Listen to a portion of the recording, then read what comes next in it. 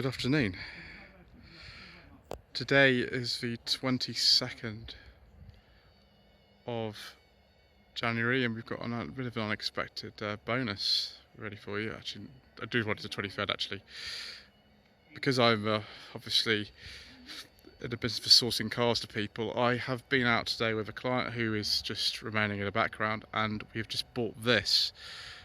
It's a 2017 Kia Rio 1.0 T-GDI in the 3 trim.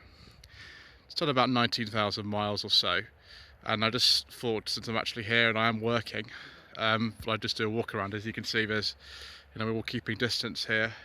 This is Sascron car supermarket, which is just near Aldermaston.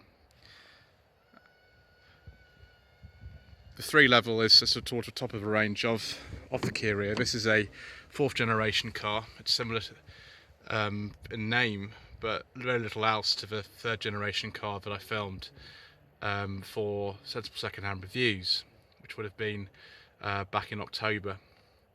As you can see, we've got sort of things like Artico leather in here. One thing I don't like about this car actually is these kind of entirely plastic door cards. There's no fabric on here at all. I mean, an MG3 is the same, but this is a much more expensive car. New, this car would have been about £17,000–18,000. Obviously it's a bit less than that. I'm not going to give away the price that we paid for the car today. Glove box is quite big. Fit the secret mission documents and things like that in there. I do apologize for the lighting today. Difficult to get good footage of the lighting like this. Just pull away to get rid of that. So with the rear, there's plenty of room in here. It's really more like a sort of Golf sized rear than the old Polo used to be. Obviously the new Polo that competes directly with this ar is a bit bigger in the back, but again you do have this little bit dark interior, particularly in this trim, which is sort of Artico leather and it's black. But nevertheless, it's pretty nice. Boot's one of the things that's really great about this car. There's a reversing camera here and parking sensors. It's very early 4th generation rear, this one. 320 litres or thereabouts, so pretty big. Particularly as well, we've got tyre inflation kit in here, which is not something I prefer. I mean, I really want a space over spare wheel if it were my car, but there we go. Structure manual and things that are in here.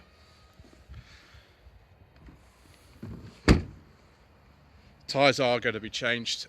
They are starting to sort of crack and perish a bit, so that's one thing that will be done before the car actually is handed over to my client. So, actual dials in this. So put the key in. We haven't actually got keyless entry in this car, which for some of you I'm sure that'll be a huge advantage. So we just turn her on briefly here. Big touch screen. I think this is about 7 or 8 inches. I'm not entirely sure. I didn't do too much research today because I didn't know if we'd be buying this car or not, but it turns out we actually have, so which is great. So I just turn the key to the first position. Thank you, bongs and beeps, just all like modern cars. Front heated screen, very useful this time of year. Climate control, it's only single zone in this car. Obviously the rear heated screen. Look at this, 3-stage heated seats, heated steering wheel, more heated seats. Obviously Bluetooth and things like that. Sat nav, as you can see, here we are.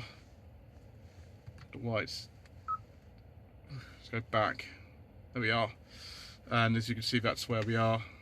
Shows us where we are in Aldermaston.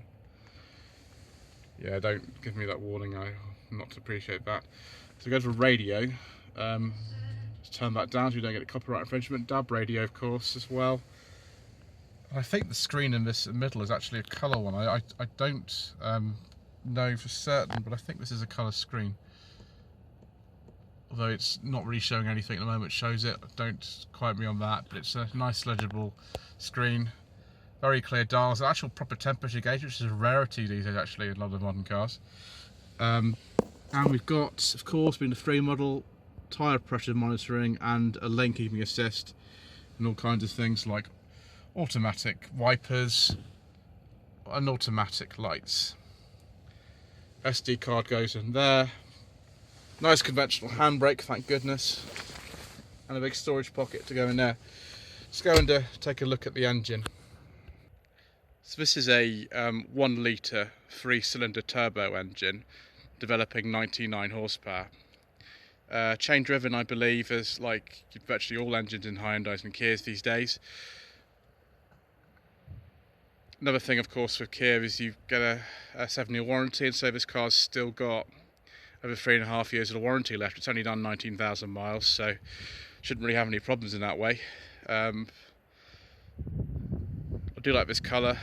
Can't remember what it's called, but you know, got things like these little chrome rings around the fog lights. It does have LED daytime running lights, but I think the main beams are still projector lamps in this car.